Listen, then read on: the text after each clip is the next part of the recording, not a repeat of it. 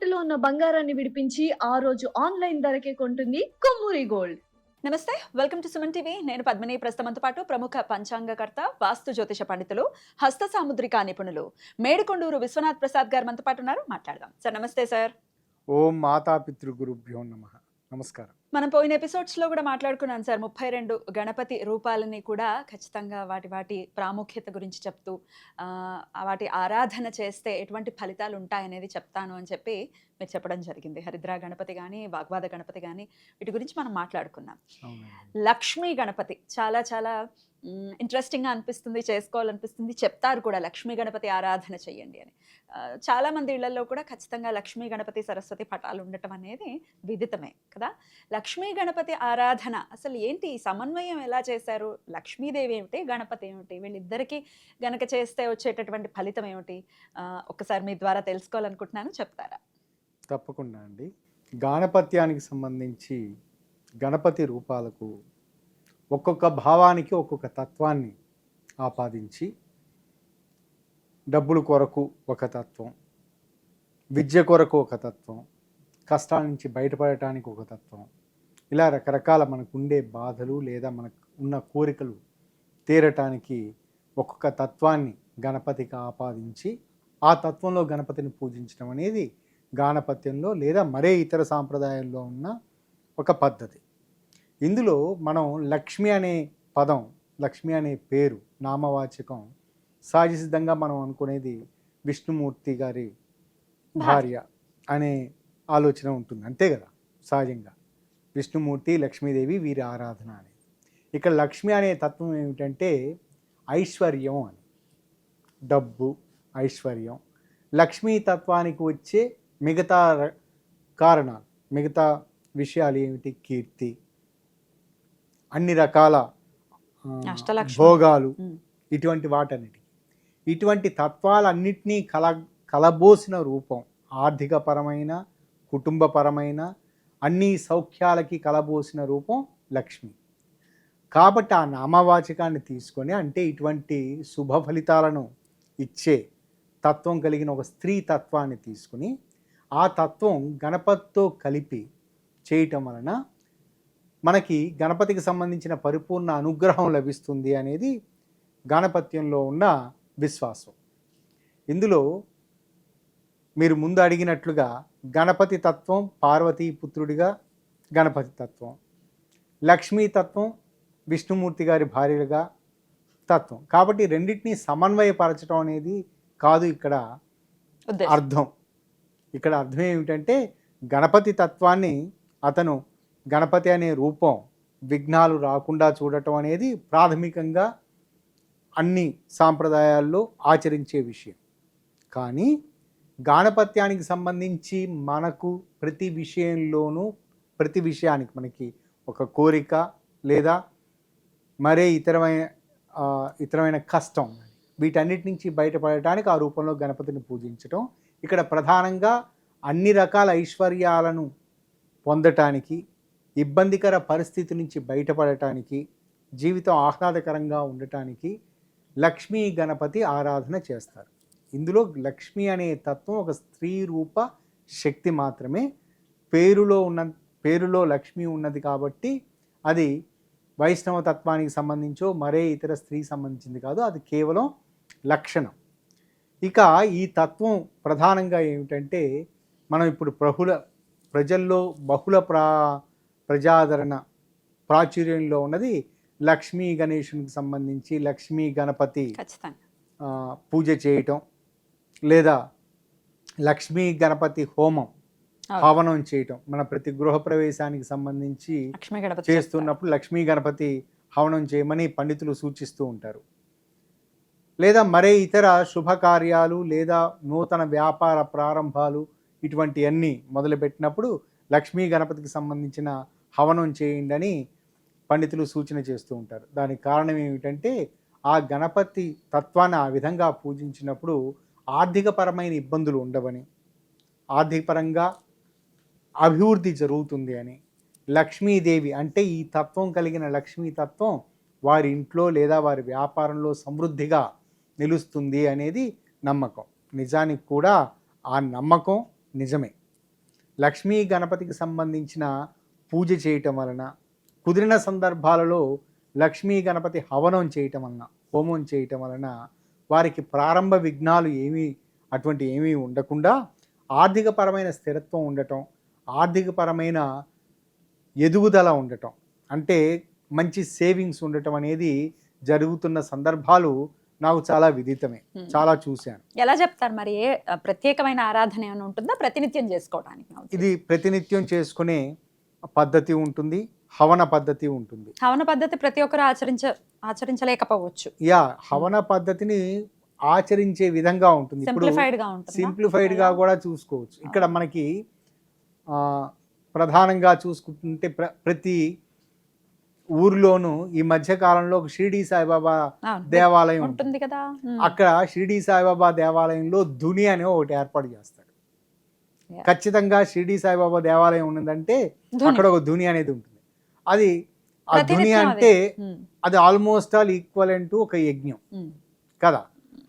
అందులో హవిస్సు వేయటం, ఏదైనా హవిస్సు వేయటం, గణపతిని తలుచుకొని ఆ విధంగా హవిస్సు వేయటం, అది ఇంచుమించు ఇంట్లో కుదరని సందర్భాల్లో వ్యక్తిగతంగా వారు పండితుల ద్వారా ఇంట్లో హవన కార్యక్రమాలు నిర్వర్తించలేని వారు గణపతిని తలుచుకుంటూ ఆ ప్రాంతంలో, అది మంచి పవిత్రమైన ప్రాంతమే కదా, అక్కడ ధుని ఉండేది కాబట్టి ఆ ధునిలో గణపతికి సంబంధించి తలుచుకుంటూ ఏదైనా సమిధలు వేయటం, ఆ సమిధలు వేసుకుంటా, అది వారి కోరికని బట్టి, అవసరాన్ని బట్టి, వారికి ఉన్న నమ్మకాన్ని బట్టి అది చేయటం.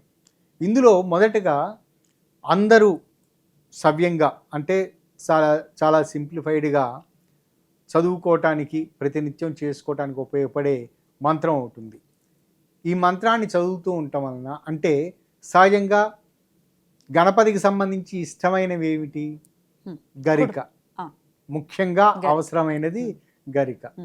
కాబట్టి రెండవది మనకి ఇష్టమై గణపతికి కూడా ఇష్టమైనది అని అనుకునేది ఆయనకి పెట్టే ప్రసాదం, ఉండ్రాళ్ళు, మోదకాలు. ఇవి అది మనం కూడా ఇష్టపడుతూ ఉంటాం కాబట్టి గణపతి స్వీకరించారనే భావనతోటి మనం కూడా ఆ ప్రసాదంగా తీసుకుంటాం కాబట్టి గణపతి తత్వాన్ని ఒక చిన్న మట్టి వినాయకుడిని తీసుకుని ఆ వినాయకుడికి ఎదురుగా పెట్టుకొని వారికి ధ్యానం చేసుకుని, ఆ ధ్యానానికి ప్రత్యేకంగా పండితుల ద్వారా అయితే వారికి మంత్రపూర్వక ధ్యానం చెప్తారు. దాని తర్వాత మంత్రపూర్వకంగా అంగన్యాస కరన్యాసాలు చెప్తారు. వాటినన్నింటినీ ఆచరిస్తూ చేయొచ్చు. కుదిరిన సందర్భాల్లో పరిచయస్తులైన పండితులు ఉంటే వారి ద్వారా వారు చెప్తూ ఉండగా చేయొచ్చు. అలా కాకుండా వారు కుదరని సందర్భాలలో కేవలం గణపతిని ఒక పల్లెంలో బియ్యం పోసి దాంట్లో గణపతి విగ్రహాన్ని పెట్టుకొని, ఆ విగ్రహానికి మామూలుగా సహజ సిద్ధమైన అలంకారాలు, మన దేవతా విగ్రహాలకి ఎటువంటి అలంకారాలు చేస్తామో అటువంటి అలంకారాలు చేసుకొని వాళ్ళ సంకల్పం చెప్పుకొని, నేను ఒక పని మొదలు పెట్టుకుంటున్నాను, ఈ ఆర్థిక పరంగా నాకు ఉన్నత స్థితి కావాలి, లేదా నేను చేస్తున్న వ్యాపారంలో చాలా అభివృద్ధి కావాలి. సహజంగా లక్ష్మీ గణపతి అనే తత్వం ఆర్థిక పరమైన అవసరాలు తీర్చడానికి, ఉన్నత స్థాయి చేరటానికి. మరొకటి, నేను ఒక బ్యాంకుకి లోన్ కోసం ప్రయత్నం చేస్తున్నాను, బ్యాంక్ నుంచి ఆర్థికపరమైన సహాయం రావటం కూడా ఆర్థికపరమైన ఉన్నతి. లేదా ఒక వ్యాపార అభివృద్ధికి సంబంధించి మరొకరితోటి పార్ట్నర్షిప్ కలుస్తున్నాను.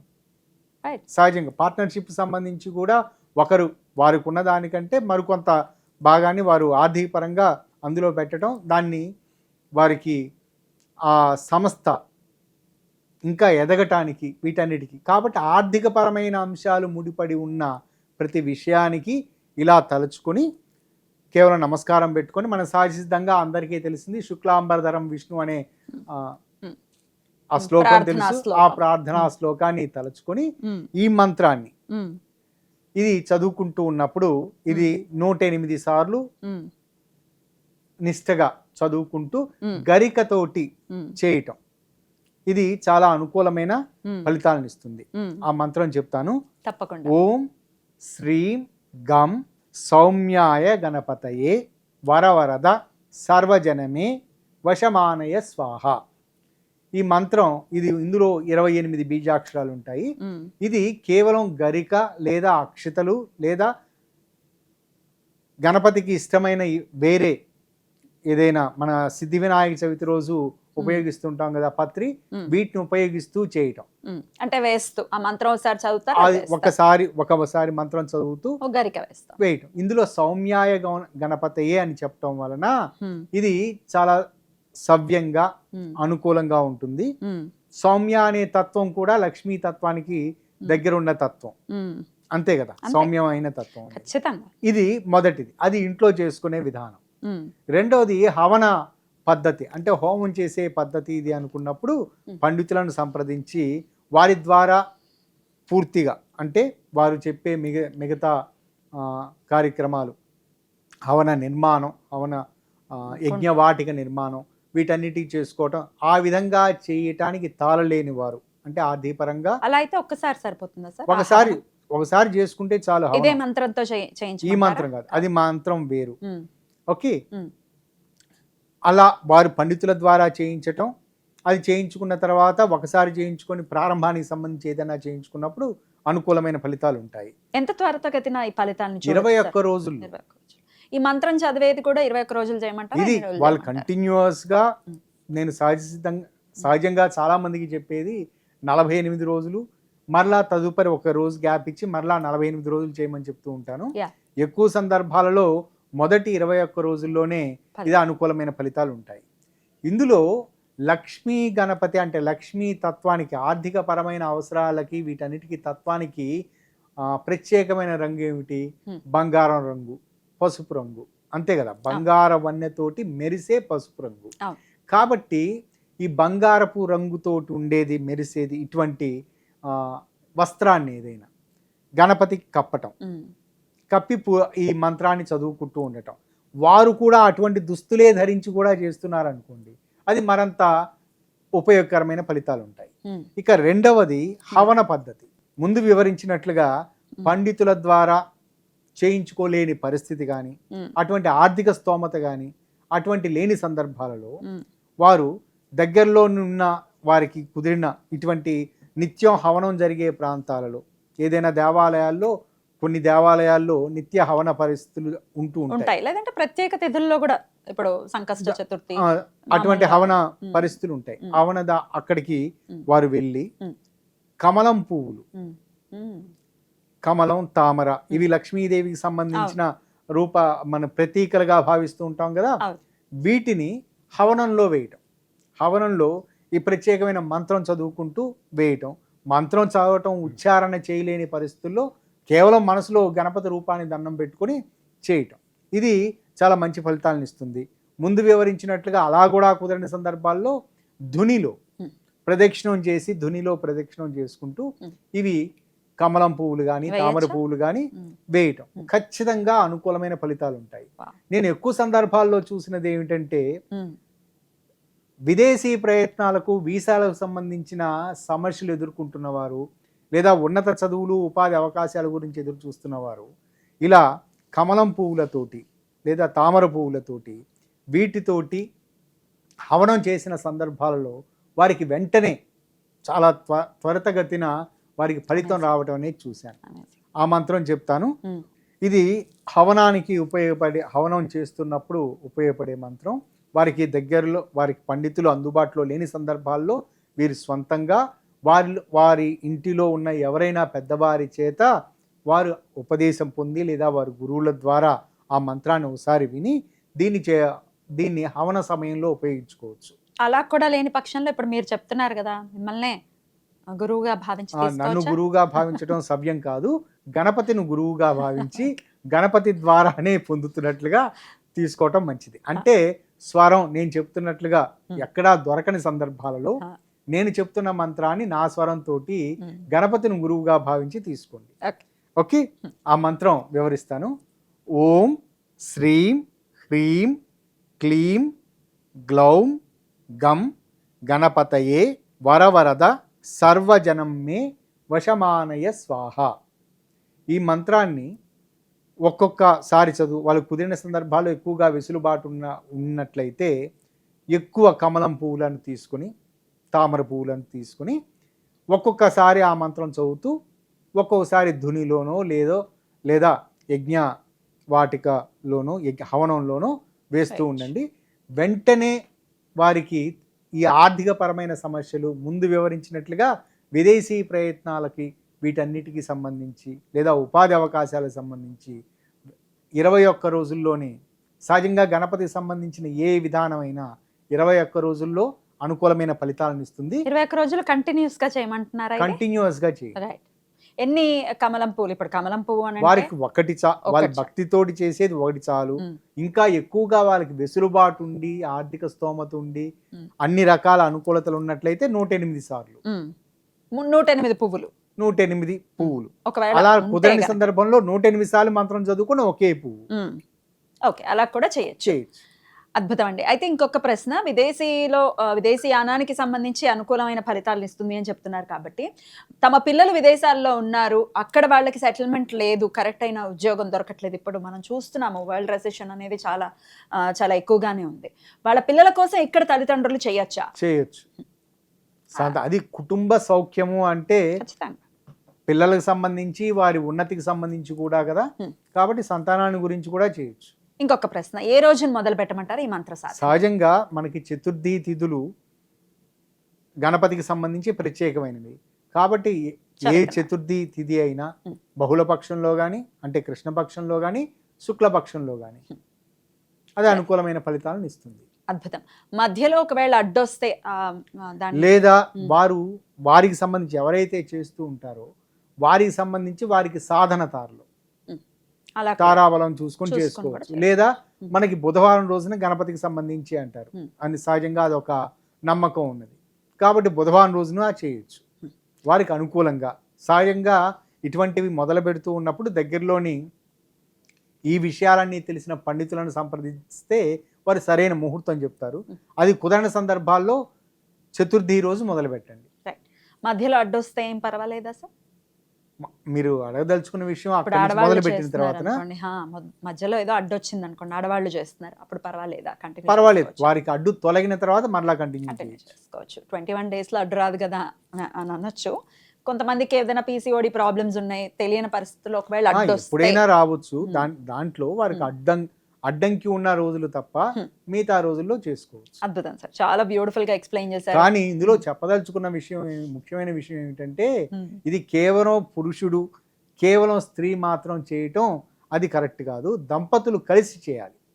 ఓకే, ఏదైనా హవన పద్ధతి అనుకున్నప్పుడు హవన పద్ధతి భార్యాభర్తలు ఇరువురు వారిద్దరూ పాల్గొన్నప్పుడు అది ఉన్నతమైన ఫలితాలను ఇస్తుంది. ఇప్పుడు ఉదాహరణకి ధునిలో వేయమని చెప్పాను. అటువంటి సందర్భాలలో వారి శ్రీమతి గారికి వారి భర్త గారు అది అందించి వారి ఆఫీస్కి వెళ్ళిపోయారు అనుకోండి, అందులో హవనంలో వేయవలసిన సామాగ్రిని అందించి వెళ్ళారనుకోండి, అటువంటి సందర్భంలో ధుని ప్రదక్షిణం చేస్తూ ఆవిడ చేయొచ్చు. లేదా వాళ్ళ ఆవిడ గారు ఇచ్చారనుకోండి, భర్త గారు ఉదయాన్నే వెళ్ళి ఆ విధంగా చేయొచ్చు. కానీ ఇంట్లో హవనం పరిస్థితి చేస్తున్న సందర్భాలలో భార్యాభర్తలు ఇరువురు ఉండాలి. అన్ని కుటుంబాల్లో ఇది సాధ్యపడే అంశం కాదు సార్, ఎందుకంటే ఒక్కొక్క కుటుంబంలో భార్య ఒప్పుకోవచ్చు, ఒక్కొక్క కుటుంబంలో అసలు భర్త వద్దంటాడు. సో అటువంటి సన్నివేశం అది కరెక్ట్ కాదు. మంత్ర సాధన అయితే చేసుకోవచ్చు, మంత్ర సాధన చేసుకోవచ్చు, కానీ హవన పద్ధతిలో దంపతులు పాల్గొనటమే అది అనుకూలమైన ఫలితాలను ఇస్తుంది. లేదా వారి జీవిత భాగస్వామి అనుమతితోటి వారి ప్రమేయంతో చేసినప్పుడు అనుకూల ఫలితాలు వస్తాయి. ఓకే సార్, చాలా చక్కగా తెలియజేశారు సార్, కృతజ్ఞతలు. అలాగే నెక్స్ట్ వీడియోలో క్షిప్ర గణపతి గురించి కూడా మనం తెలుసుకుందాము. Thank you sir. నమస్తే. నమస్కారం అండి.